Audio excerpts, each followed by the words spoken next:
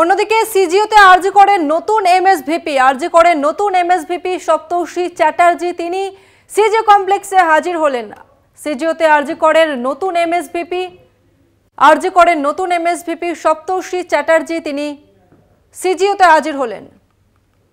এই মুহূর্তে সেই ছবিটাই আপনাদের সামনে তুলে ধরছি। আরজি করেন নতুন এমএসভিপি সপ্তর্ষি চ্যাটার্জি তিনি হাজির হলেন সিজিওতে। আরজি করেন নতুন এমএসভিপি সপ্তর্ষি চ্যাটার্জি তিনি এই মুহূর্তে সিজিও কমপ্লেক্সে হাজির দিলেন। এই মুহূর্তে আমাদের সঙ্গে রয়েছে প্রতিনিধি শাকিল মুস্তাক। শাকিল, আরজি করেন নতুন এমএসভিপি তাকে আজকে তলব করলো সিবিআই, কি জানতে পারছো? আজিকাল মেডিকেল কলেজের যে বর্তমান এমএসভিপি প্রফেসর ডক্টর সপ্তর্ষি চ্যাটার্জি তিনি কিন্তু ইতিমধ্যে সিজিও কমপ্লেক্সের সিবিআই দপ্তরে এসেছেন। তাকে কিন্তু ডাকা হয়েছিল এমনটাই কিন্তু তিনি জানিয়েছেন।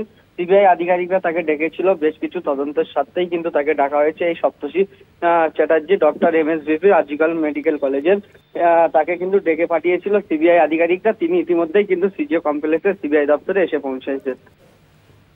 বেশ, ধন্যবাদ তোমাকে শাকিল। আপনাদের আরেকবার বলবো, সিজিওতে আরজি করেন নতুন